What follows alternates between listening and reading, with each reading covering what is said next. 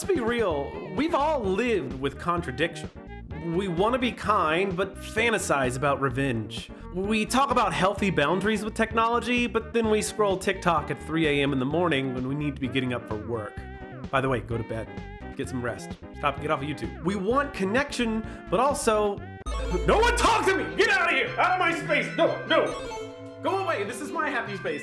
In my youth, I believed that contradictions were inherently bad, a sign of moral unhealth, and that a well-lived life should be contradiction-free. The truth is, living with internal contradictions doesn't make us faulty or morally obscure. It just makes us people living in a world with discongruent demands. And what better place to explore this strange idea than my best friend, video games? You can save the world and rob everyone's house and smash their pots while you're at it. You can be a pacifist and kill the tutorial dummy 48 times just to see what happens. Thank you, Undertale. You can be Kratos, a god of war, teaching your own son not to punch stuff as you punch stuff. So today, let's talk about 3 games: The Last of Us, God of War, and Undertale, and what they teach us about embracing contradiction, not as a bug, but as a feature of being human. Joel is a man who's lost everything. His daughter, his future, his hope. And in Ellie, he finds all 3 again. But when faced with the chance to save humanity by giving her up, he doesn't. He murders the doctors, lies to Ellie's face, and walks away, living dishonestly and disingenuously. Now, is Joel a hypocrite? Absolutely. He spent the whole game saying, "Survival is everything. We do what we have to." My Joel impression right there. But when survival meant losing the one person he cared about, suddenly the rules changed. And here's the uncomfortable thing: his hypocrisy is what makes him feel real. Realer than a lot of people we interact with in our day-to-day. Joel's not consistent or necessarily a good guy, but he is honest in that moment with himself. When he chooses Ellie over the world, it's not a calculated plan. It's a pure, messy emotion. It's love wearing the mask of reason. Others have excuses. Joel has his reasons why. And isn't that us too? The Last of Us. We say we believe in boundaries until someone we love comes calling us up at midnight. We preach self-care, but we end up hurting ourselves. In a way, Joel teaches us that being inconsistent doesn't mean we don't care. It means we care so much that our beliefs can't always keep up. That's not moral clarity. That's humanity showing up to the party, fashionably late and covered in blood. I realize I talk about Kratos a lot. I think he's a really cool character. God of War is not exactly my favorite game series, but I did grow up playing these games. So, I don't know. I like talking about Kratos. He's just a surprisingly well done character for a guy who's essentially just, the ancient Greek version of Incredible Hulk. Kratos is a god who's made every mistake imaginable. Rage, vengeance, cruelty, toxic masculinity with a side of massive shoulder armor. Have you ever noticed? It's kind of weird. But in God of War 2018, he's trying to raise a son. He tells Atreus, "Don't be sorry." Oh, let me do my Kratos impression. "Don't be sorry. Be better." It's a good Kratos, right? And then he proceeds to be sorry constantly, and also not always better. He tells his son not to give in to anger, then rips the head off strangers because they insulted him. He preaches restraint while his own trauma keeps boiling over everywhere in the game. But that's the point. He is trying.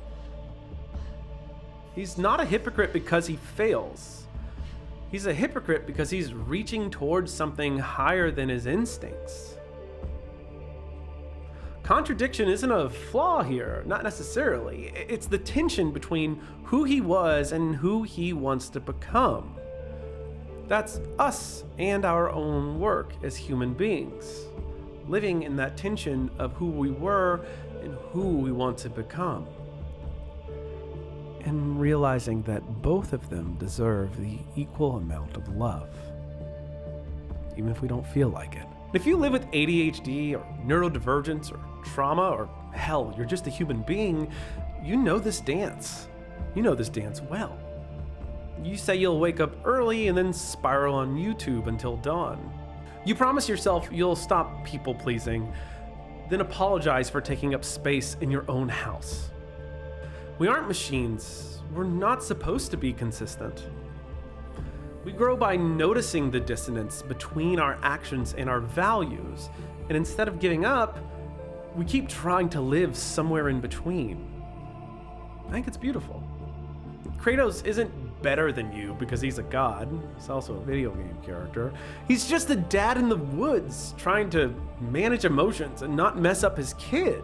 He's just a dad who wants to do better. Kratos embodies what it means to be human and shows us that our own hypocrisy can be an avenue for growth. Hey, if there's been anything I've said that has hit home with you, especially when it comes to the ideas of hypocrisy and growth and embracing ourselves and the power within choosing to see our actions and contradictions as good and beautiful, hey, you need to subscribe. I've got more videos coming out on this very subject here very shortly. I don't want you to miss them. Moreover, hit that like button and share this video if you want this message to go to other people, right? This is one of those things that I've worked really, really hard at trying to get a good message across through years of being a professional therapist, licensed therapist here telling you this stuff. Almost used the other word, stuff. And I'm here to let you know, like, this is an emotional labor, learning to change your own mindset about yourself. It takes time, it takes effort, and it takes conscious movement to learn to embrace who you are. Make sure you do that. This video is a reach out to you. If you don't subscribe, totally fine.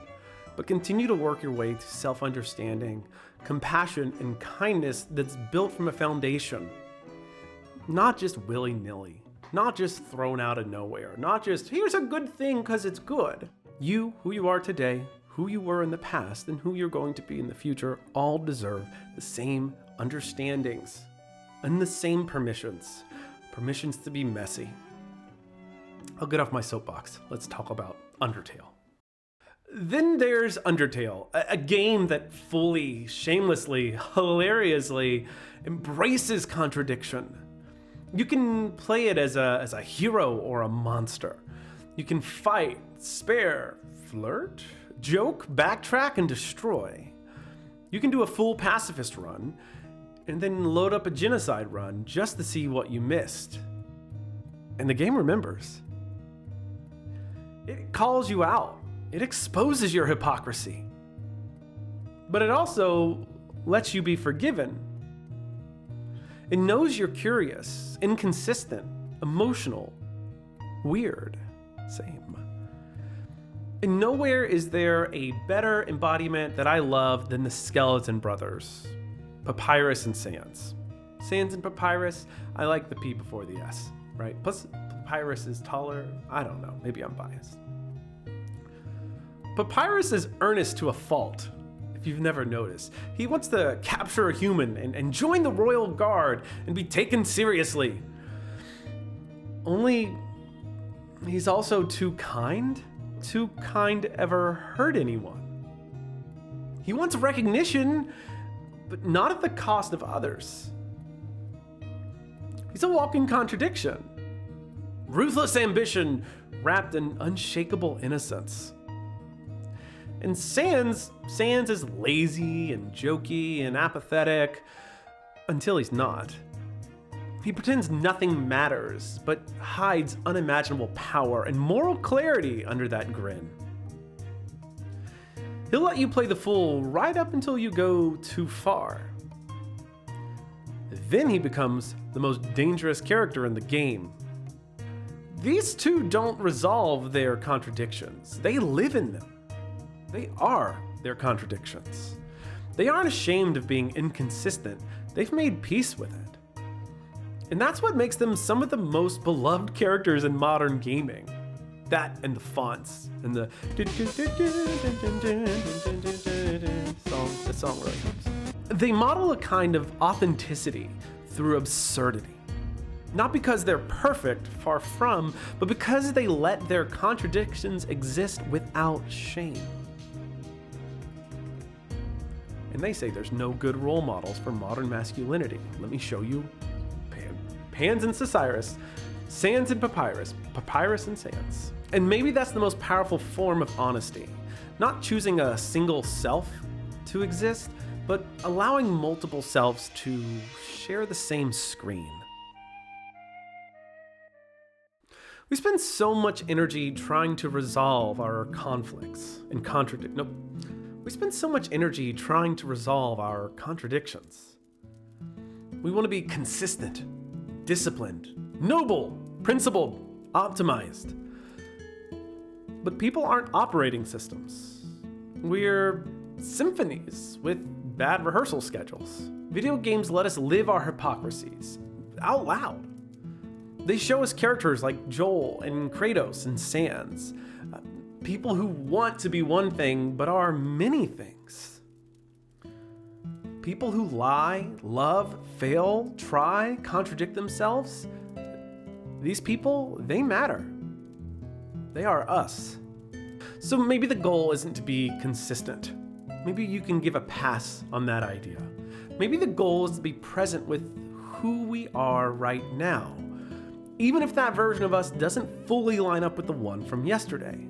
You're allowed to be a walking contradiction sometimes. You're allowed to want peace and to throw hands.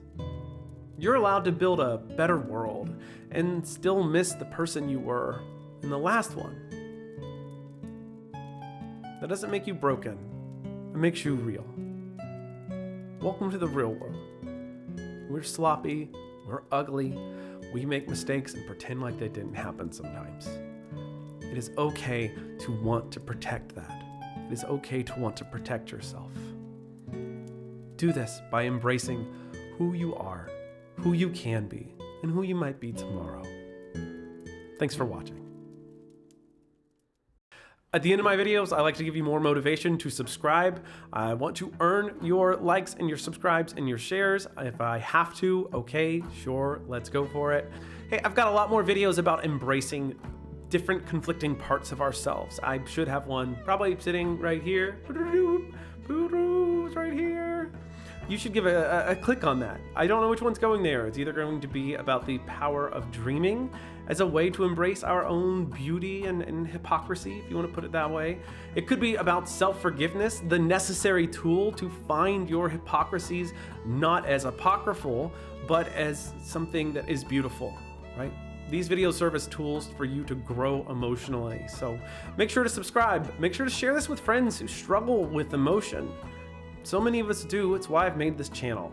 Thanks for joining me today. Anyway, take care of yourself. Think about the color blue. I think it's a really fascinating color. Not always my favorite color. Actually, orange has become my favorite color in a lot of ways. Though on paper, I usually say green. I don't know. I'm just adding an end here. Hey, thanks for watching. Check me out on Blue Sky. If you're a Blue Skyer, feel free to here you go, right? I think I'm on Instagram. You can check it out. It's my name, Therapist Plus Gamer, but without a plus. It's the word Plus, spelt out. I'd love to have you there. Thanks for coming by. I'm going to talk to you on the next one.